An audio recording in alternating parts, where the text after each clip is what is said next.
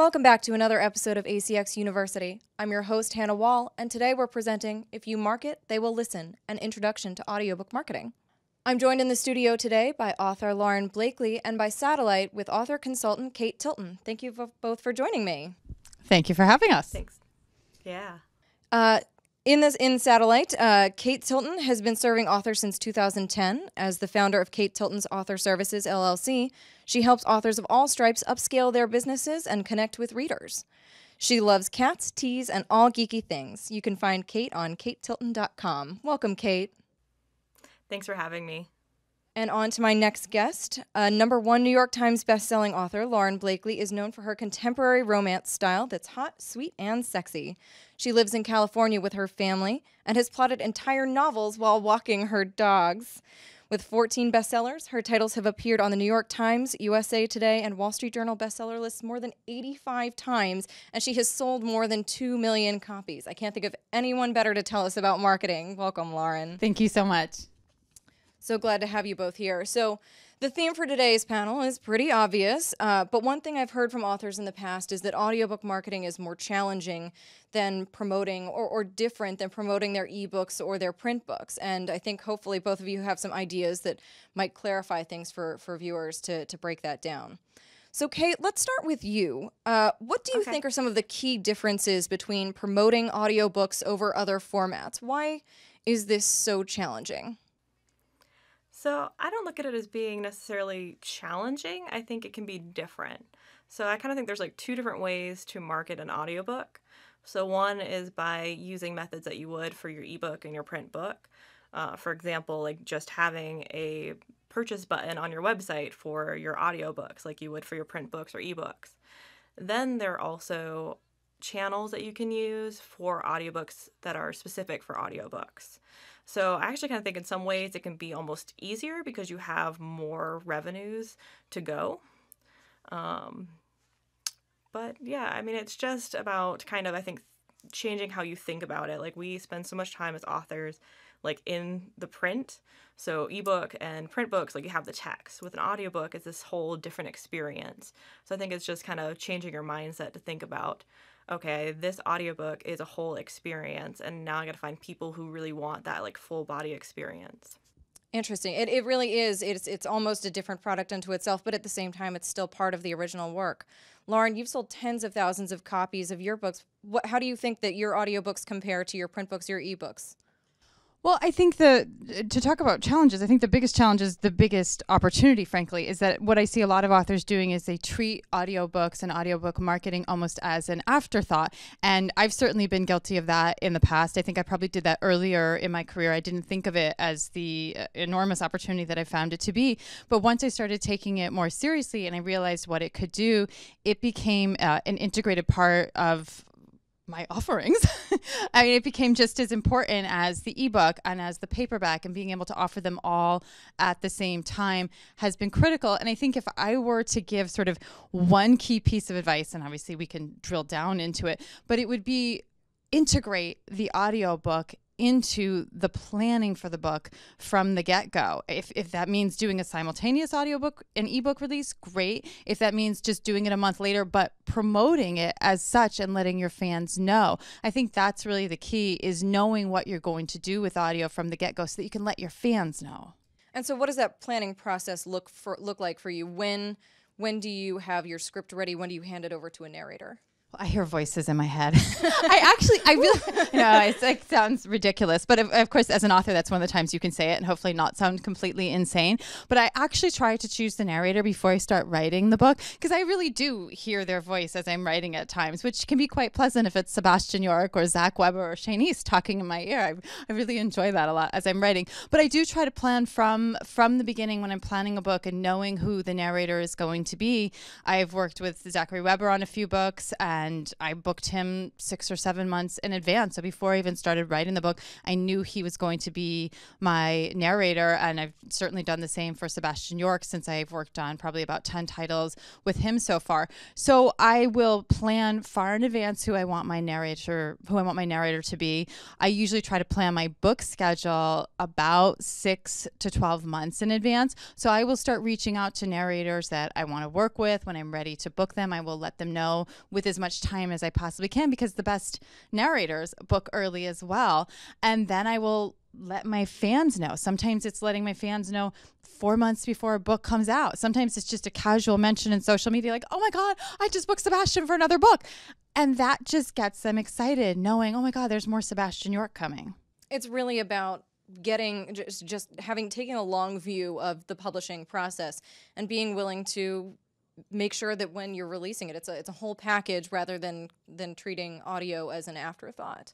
Exactly. And every time I post links for my books, I most recently released Most Valuable Playboy on September 1st. But as we were leading up to that, on my author page, on Instagram, on Twitter, any places on social, on my website, on Goodreads, I would have all the links. And even though I didn't have a Kindle link live until a few days before launch, I would say, Kindle link coming at this time, sign up for my newsletter. And I also had audio link coming a week before, sign up for my audio alert newsletter. So you're constantly reminding them, Zachary Weber narrating. And, with Hardwood, I'll say Sebastian York narrating. So even if I don't have a link, I'm letting people know every time I post a teaser for a book, every time I share the cover. In my cover reveals, we now always include who the narrator is going to be. And we started doing that because when we didn't do it in the past, that was the most asked question that I received on social media was, who is narrating it? Sorry, I didn't tell you. Well, yeah. So we'll treat the audiobook as you're writing the book like it's going to happen right from the get-go.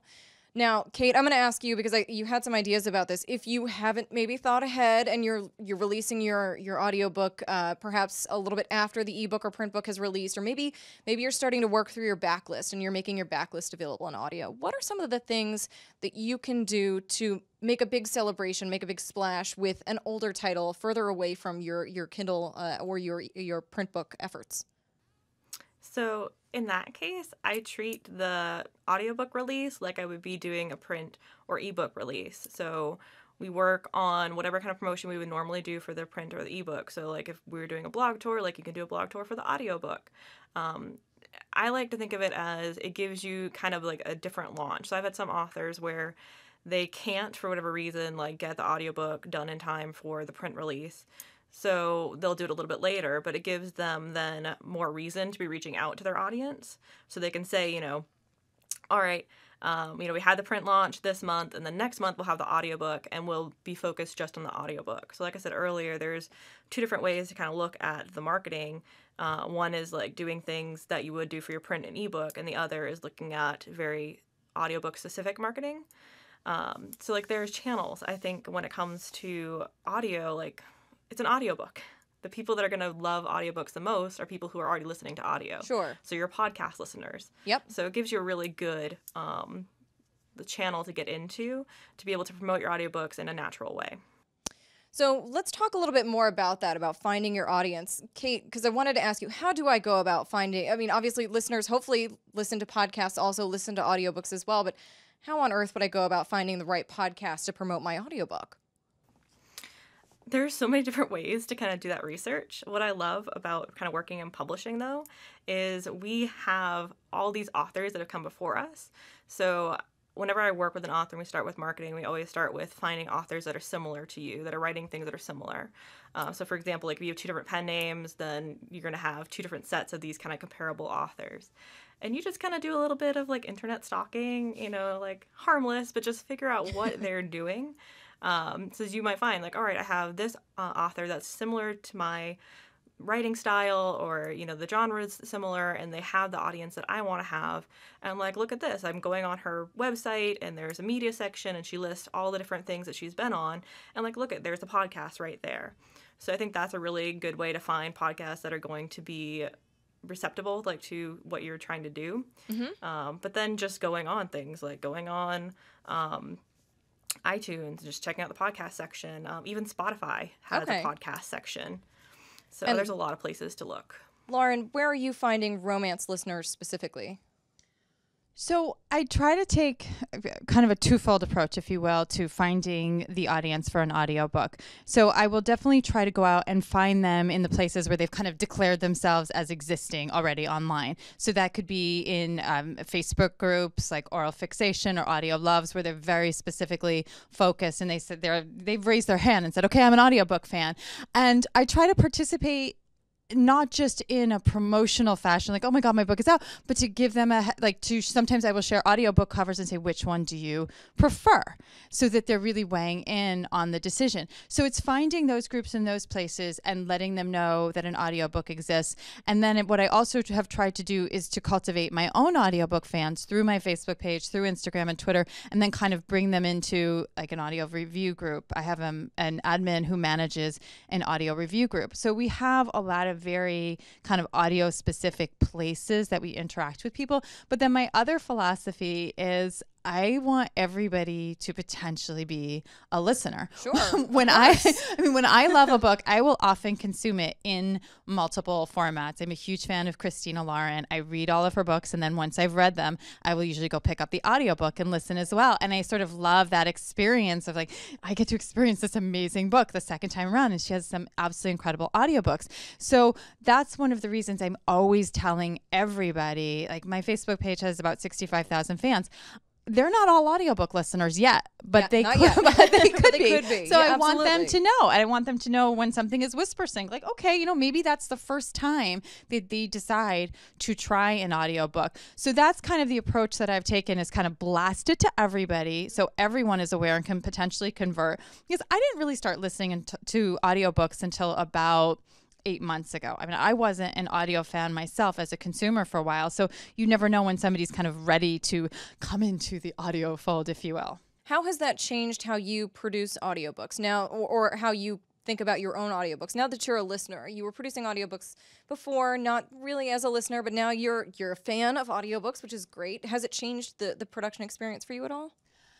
I don't know that it's necessarily changed the production experience for me, because I think even before I was listening personally, I would listen to samples. I would listen to auditions, of course.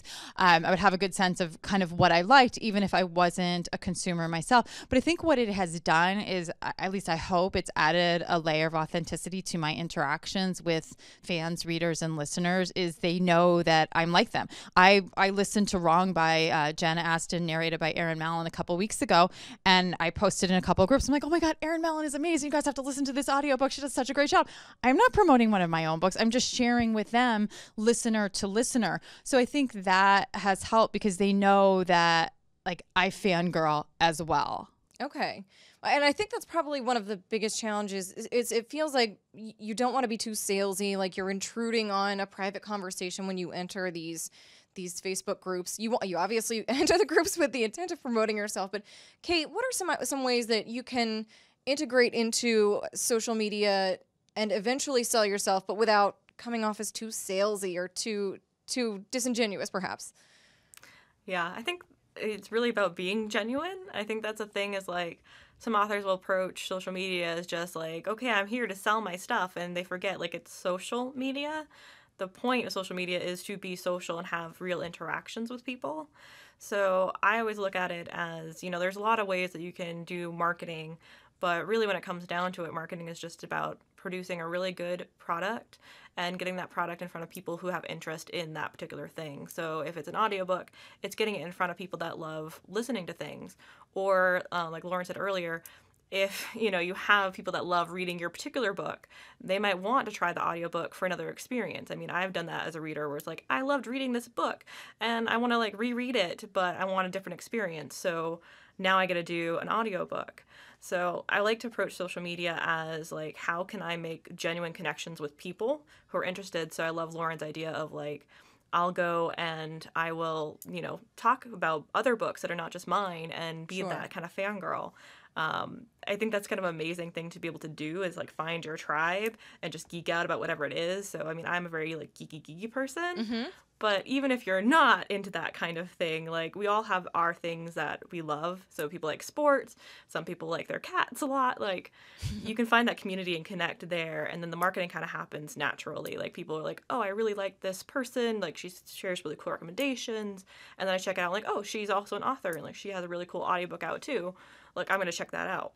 So be a contributor to the community. I like that. I like that idea. Lauren, how are you working with your narrators after the book has gone out to market? Or are you working with them just before it goes out to market? I've seen you sharing some clips on social media of their work. How is that working with your narrator? Well, it depends on the narrator, and I think this is what a lot of authors will encounter, because some narrators are private. They're not very active on social media, or they're not active on social media under their sexier romance name. So that might happen, and if that's the case, you kind of have to do all the rah-rahing on your own, but you can still do it even if they're not involved. Sebastian York is one such person who's not present on social media, and obviously I respect that choice of his to, you know, he's bringing his voice, that's fine, but that's where we will make a lot more clips for him, and we will put them out in advance. And like the times when he starts, even when he starts recording a book, I remember when he was starting to work on Joyride, I had my graphic designer just make a little graphic that said Sebastian is in the studio, and I had the Joyride audiobook cover, and that's it. I just post that on social media,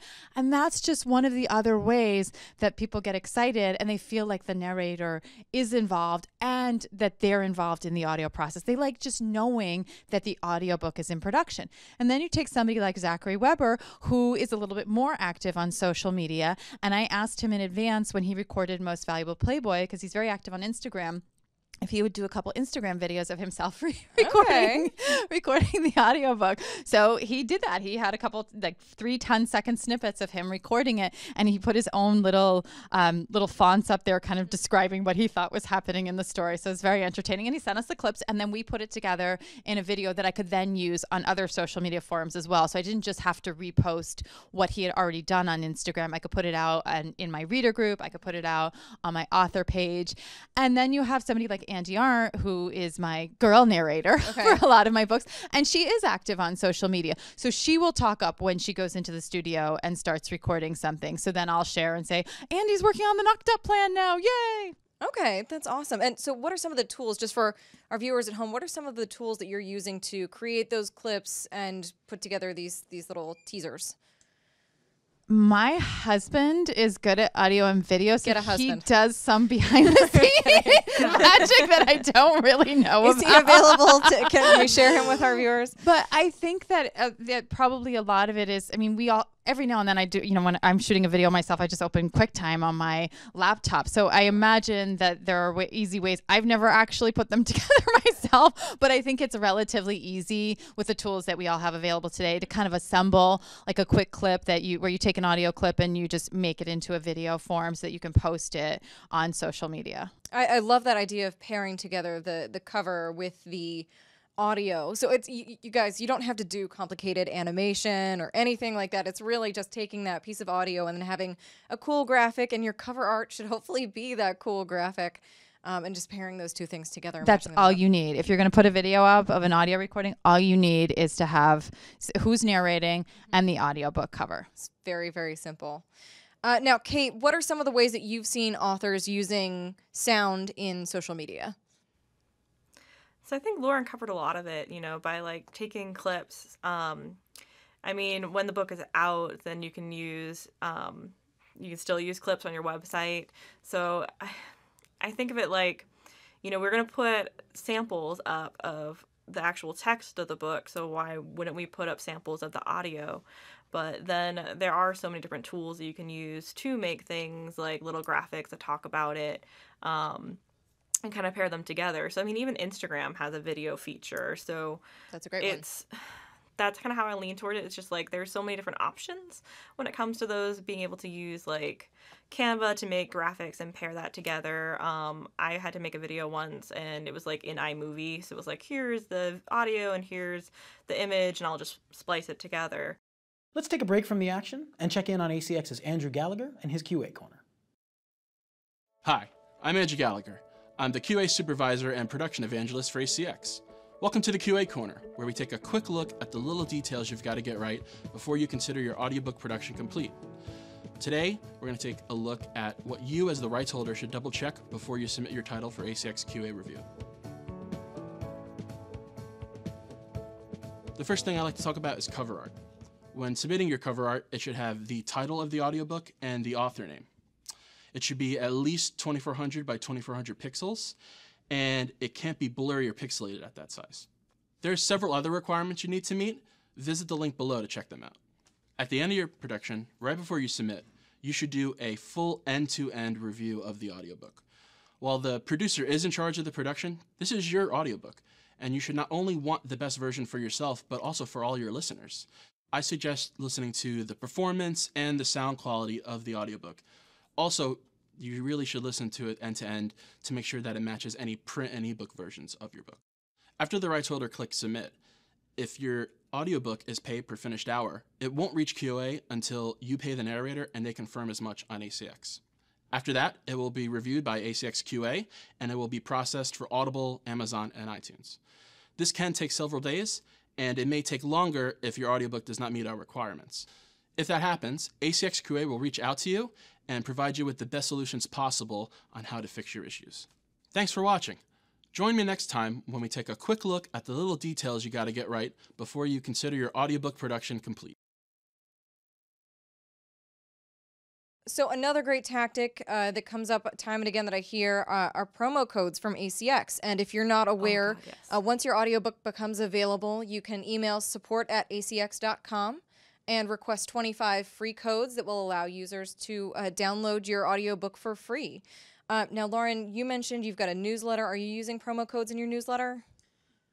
I don't use them in my newsletter, and quite frankly, that's because I want those people to buy the books. So Fair enough. So what I've tried to do, though, is through social media and through kind of fan groups where you have kind of like the more early adopter evangelical type of fans, I've tried to cultivate those audio fans. So now I actually have a group of hardcore audiobook listeners who will get the book like the day it comes out. When I just received my most recent set of audio codes, I sent them to my admin immediately. She manages that, and I actually have her manage it, not just because I don't want to do it, but because I want them to feel free to talk about it without feeling like mommy or the teacher is listening in. And she's actually, my admin has set up a Facebook group specifically for this listener group that she's created, who receive the early review codes and leave reviews on audio. And she tells me what they're, how it's going and what they're saying, but they will post and say, oh my God, did you hear chapter 6? It's so good. Or did you hear what happened at the end of this? And she just kind of tells me what's going on, but I let them do their own thing because I want them to feel free to talk about, and you know what, if they don't like something, I actually don't want to hear that. I want to have my good mojo while I'm writing and working on the next book. But we use all of our codes. Every single time we receive them, we use all of our codes. We use the UK codes as well because we've cultivated a group of listeners in the UK who are audiobook fans. So in the past, I have used them as giveaways on my author page, and I will still do that from time to time. Like, for instance, when I just had my newest Zachary Weber audiobook come out, we gave away copies of The Hot One, which is my slightly older title with him. And that's where we used other codes as well so that we could continue to introduce people who might not be audiobook listeners yet, but they might try it with the code. So I think you can use them in a lot of different capacities. You can use them to generate reviews sooner. You can use them to kind of please and satisfy those early adopter audiobook listeners. And then you can also use them strategically to cultivate new audiobook listeners. And you might want to do that for an older title if you have enough, or if you're just starting out in audio, then you probably should give away some books. Okay. And now, how did you go about choosing who these listeners are? They're super fans by the sounds of it, but was there an application process, or how do you go about cultivating this group? I think it came about because I sort of knew over time who were those hardcore listeners. You hear from them. I would hear from them. I have my own Facebook reader group, Lauren's Lovelies, and we would hear regularly. My admin kind of monitors who's talking about what in there, so we know who the hardcore fans are for different for different formats. So we would know over time, like, oh yeah, Teresa always loves audiobooks. Kara loves this narrator. She's watching you guys. So we would just kind of know over time and just kind of you just really have to pay attention to who's talking about different things. And you know who's talking about the audiobooks and who's posting about them. And then we decided, okay, these people are getting these codes regularly. Let's turn it into a more kind of organized thing. And now they know and they wait. And they're like, the audiobook came out today. Can I start listening right away? And are you compelling them to leave reviews? How are you going about kind of bridging that gap? Well, if they want to still receive the review copies, they do have to leave a review, which is kind of similar with what we would do with an ARC. When my publicist gives out ARCs for a book, I mean, they definitely need to leave a review. And if they're receiving an advanced copy and not leaving a review, quite frankly, that doesn't do anybody any good. So it's kind of the same thing with audio. We'll monitor and make sure that reviews were left. And if they were left, and they are excited to have the audiobooks, then they get the next so one they usually leave the reviews. Okay, good. Reviews are just as important of a marketing tool as, your audio, as your narrator, as promotion on social media. Kate, can you tell us a little bit about just how important reviews are and maybe some ways that you can incorporate reviews into other marketing things that you're doing? Yeah, so reviews are huge. So like Lauren, I actually manage a lot of those teams for my authors. And if they do audiobooks, we do the similar thing where we track those reviews. And the cool thing I think about reviews that people sometimes like overlook is like people do read them when they're going to purchase something. So like if I'm looking at a book, I will go on to like Amazon or Goodreads, or if I'm looking at the audiobook, like audible.com, like whatever it is, and I will read, especially the like 3-star reviews, and see like, was this a good book and just wasn't to that person's taste, or is this a bad quality book? So I think reviews are vital for that aspect. They also provide ability to get into certain promotions. So like BookBub is a huge player, and if you want to get into BookBub, you need to have reviews of your book. A lot of different kind of opportunities like that are also require a certain number of reviews to just show that the quality of the book is good. So same thing with your audiobook, show the quality of your audiobook is good. But I love when I'm doing like website stuff and to include reviews on the website itself. So just pulling a couple of quotes, using them in the email. So when I'm even doing an email to like, we call them launch teams, I'll include, like it'll be like, hey, the book is out today, like here are some of the reviews already. Or we'll send a thank you email about a week after the launch of the book and say, like, thank you so much for leaving your reviews. Like, here are a couple really cool ones that we saw. And, by the way, like, if you haven't left your review yet, like, today's your last day to do it. And it's amazing how many people, like, when they get that, like, second reminder, turn in their reviews. And the people that have been quoted in that email with their reviews, like, they're so thrilled that the author took notice of their review and the time that they took. That's a great way to turn that feedback around too, and turn love into even more love and have that grow. That's wonderful. That's a great idea. You steal that one. So Kate, what about bad reviews? What do you do when you get a review that isn't 4 or 5 stars? Well, I don't think that a review that's not 4 or 5 stars is necessarily a bad review. Okay. I mean, I've had reviews where it's a 3-star review, and what it boils down to is like the book is good quality, but it's just not something that I like. Like, I don't like the genre. Okay. To me, I'm like, readers are smart enough, they're going to read that, and if they like this genre, they're going to buy the book because they know it's a good quality book. Here's someone that doesn't really like this genre who would overlook, errors in like the quality, and, they still thought it was a good quality book, so I'm going to get it. When you get reviews that are just nasty, unless there's anything of value to take back from that feedback. I mean, if you're getting like a lot of negative reviews that are saying, like, oh, this has poor quality, or there's an error with the plot, then you need to like take that and see if you can fix it. But typically it's kind of that like, let it go off the shoulder and ignore it. I have some authors that really does get like under their skin and upset them. That's part of what I do with my clients is like, I'm the person you call when you get those bad reviews and you're just like, this is crap and they don't understand the book, and you just vent to, like your person. But just don't do that online. I've seen authors that are like, I'm going to just like slam that online. Like, no, that doesn't help anyone. It does not get you in a good situation. And nothing good comes out of it in the end. So focus on the positive reviews that you have. Utilize those good reviews on your website. You can use them on social media. Make really cool little graphics in Canva. It's super easy, super quick. Don't like spam people with it, but like do share them and be appreciative of the people that do leave them.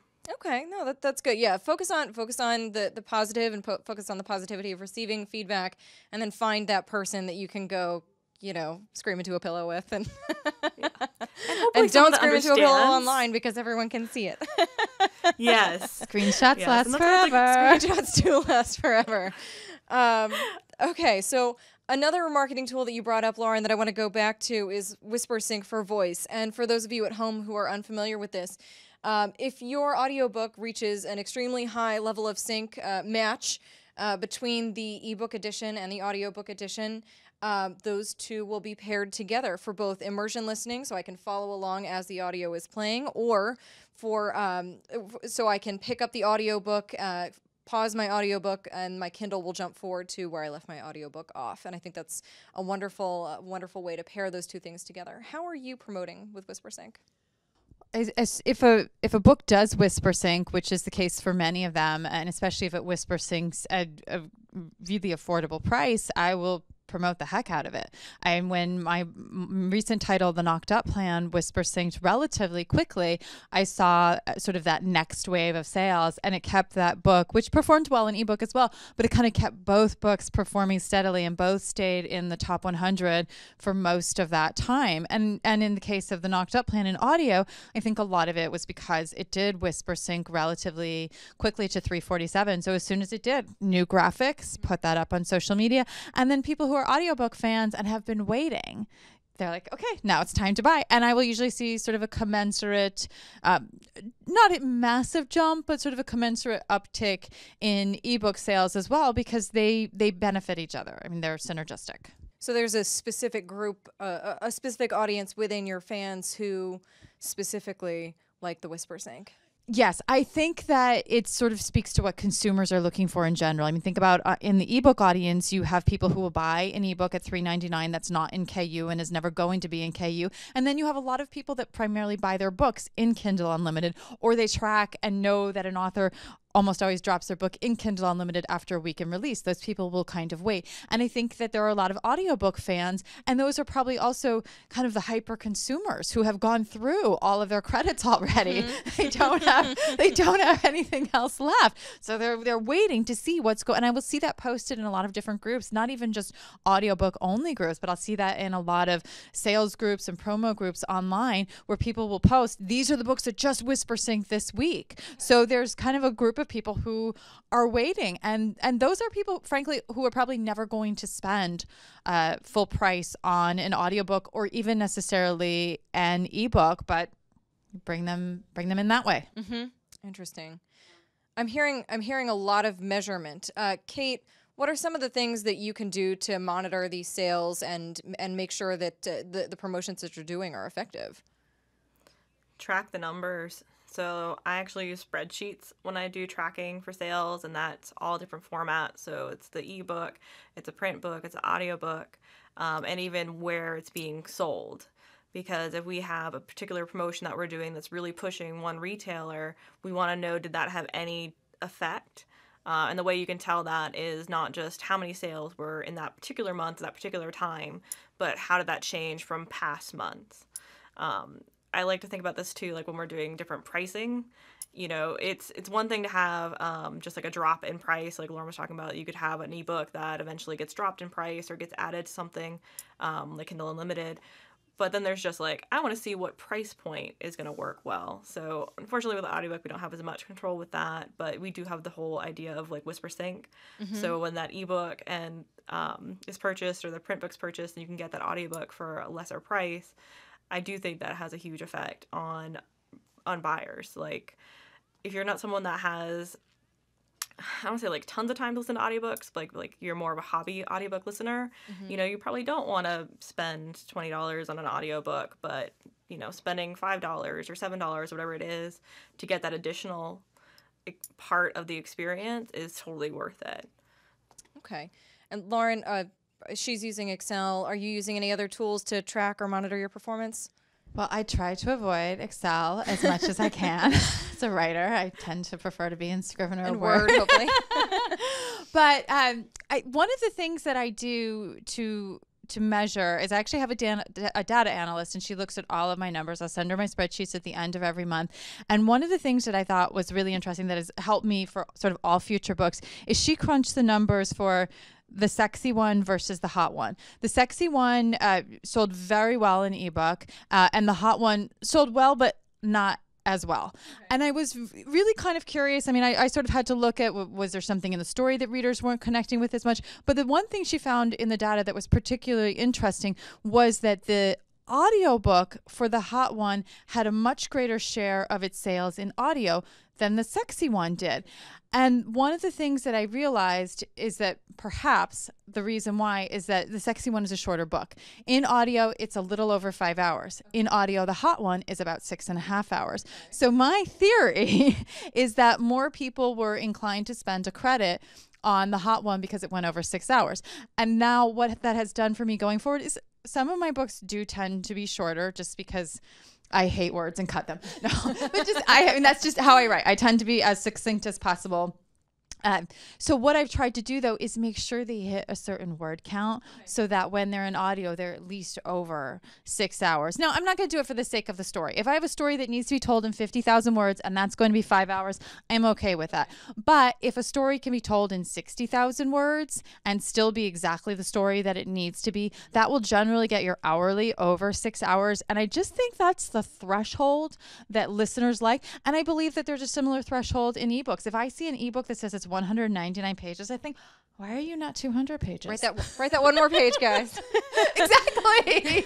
So I think that's something to pay attention to. In that sense, it was the measurement. I didn't realize that that's what was happening and that the sales were playing out that way, because I just saw that the sexy one was sort of so far ahead that it had about double the ebook sales of the hot one. But then when I really delved into what was happening, I thought, this is interesting data going forward. Yeah. So it's that credit worthiness that you think is the difference between those two titles. I do think that's key, and I think that's something I tend to kind of write a little bit on the shorter side, so most authors it might not be a problem for. But keep an eye. That's what I would say. Keep an eye on your word count, because you're going to want something that looks really appealing in audio.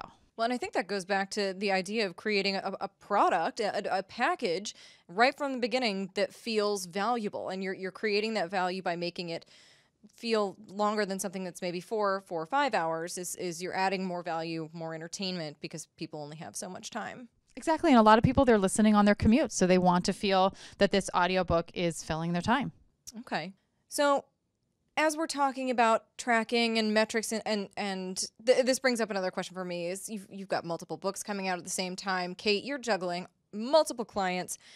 How on earth are you keeping yourselves organized? Kate, let's start with you. So it's my job. That's basically what people hire me for, is not just like marketing and execution of that. It's the organization side. I love Excel and I love Google Docs. I love spreadsheets. I find that having everything together versus like in a calendar actually works better for most projects. So authors will like say, okay, we have a launch. Here are things that I want to do. So there are a couple of different things that I've done. One is I actually have a basic kind of launch plan. So this is in a Google Doc, and this is just, okay, here are all the things that typically we need to have done. So that can be, okay, we need to have the book written. We have to have the book cover done. We have to have it edited. And then it goes into like marketing things that we typically do. So whether that's, all right, we need to post, to our newsletter. We also need to do the launch team, and that's going to be 3 different emails. And then I track that kind of stuff. So it'll be for book promotions, I actually keep one massive Google spreadsheet, and it will have different tabs. So it will be, here are just like generic promotions. Here are the BookBub features. Here are the Goodreads giveaways. Here are the Amazon giveaways. Here, I keep a separate spreadsheet for the ACX, the Audible codes. So you get 25 codes every time you have a book. So I keep a spreadsheet of those, so I know, okay, who do we send that book to? Did they actually leave a review, or were they not supposed to leave a review? Like, was it a giveaway copy? That way we know kind of what codes we have. and what ones we can use. Okay. So it's a lot of spreadsheets and a lot of just taking all the data that the authors throw at me and then organizing it. And I know that might give some authors an anxiety just to think about spreadsheets, but like that's why you hire people to help you with those areas. Yeah, Lauren, you mentioned Excel is not your friend. So is there a big calendar in the house, or how do you stay organized? I do have a whiteboard. I believe in Google. I keep track of everything on Google, and I think I'm probably not as organized as Kate or as good at kind of keeping on top of all of the specific things. But what I would say is, I think I have a really solid sense of what book I should be promoting at what time, and I think that's one thing I would say to other authors is, if you have something that I encountered recently, I had a book that just released at the same time that another book went into audiobook production. So I was really tempted to say, oh my God, Sebastian's in the studio recording Hardwood, but it was the same week I had Most Valuable Playboy come out. So I have a note on my calendar. It's like, okay, now is the week you can show the Hardwood cover. It's going to be next week. It's not going to be this specific week. So just when you're organizing, make sure that one book isn't crossing over into the next when you're in the middle of kind of a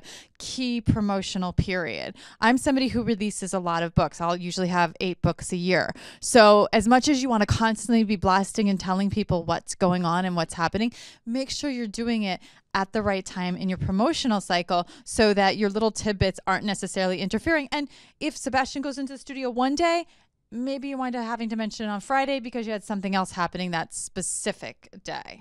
That's interesting. So, but I'm also hearing from you that you're thinking about timing and how frequently you're communicating with your fans. How do you get the right sense for how often to interact with them?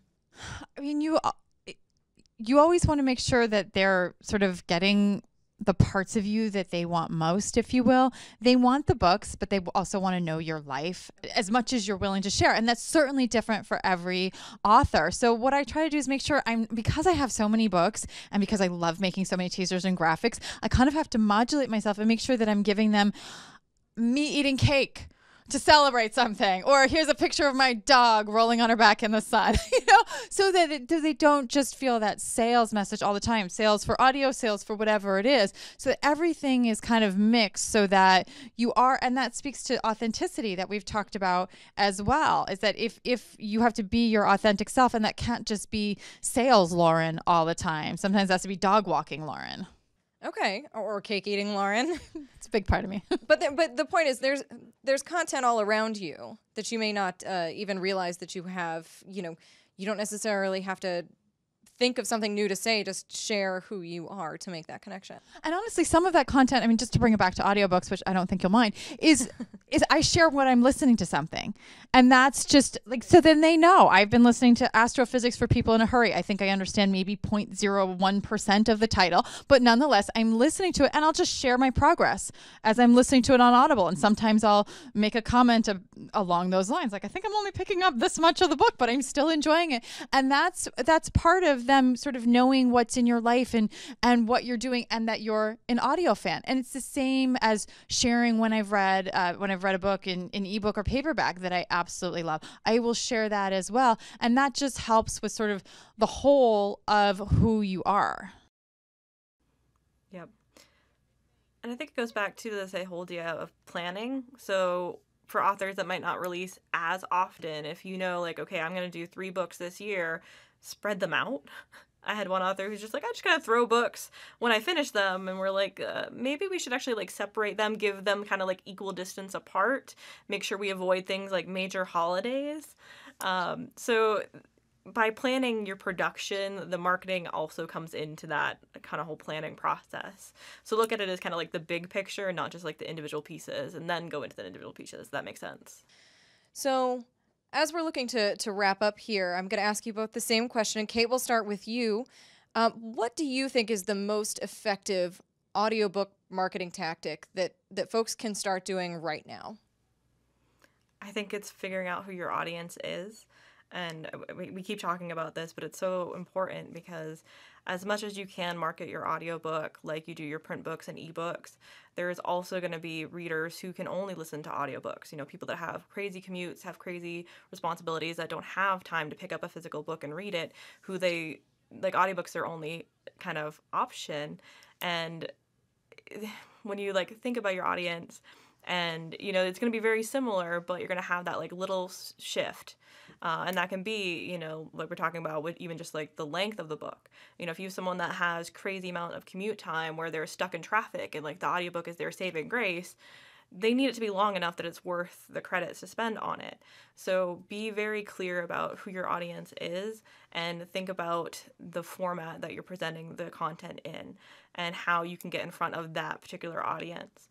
So like I said, podcasting, anything like even video with audio, it's just a different experience. So consider that when you look at any of your marketing options. Terrific. Okay, so we're gonna find our audience. And Lauren, how about you? My biggest piece of advice is to plan. So whether you're able to afford a marquee narrator or whether you're not able to afford somebody who's $450 an hour and you have to spend $250 an hour, you can still find very decent narrators at that rate. Is plan is it shouldn't be an afterthought. So as you're working on the book and as you're working on the plan for the book, have the audiobook plan in there. Do an audio specific cover. One of my favorite audiobook covers is Sweet Cheeks by Kay Bromberg. It's so adorable. She has a little like cupcake tag for the audiobook cover that has the narrator's names on it. Find little ways like that to make it part of your planning.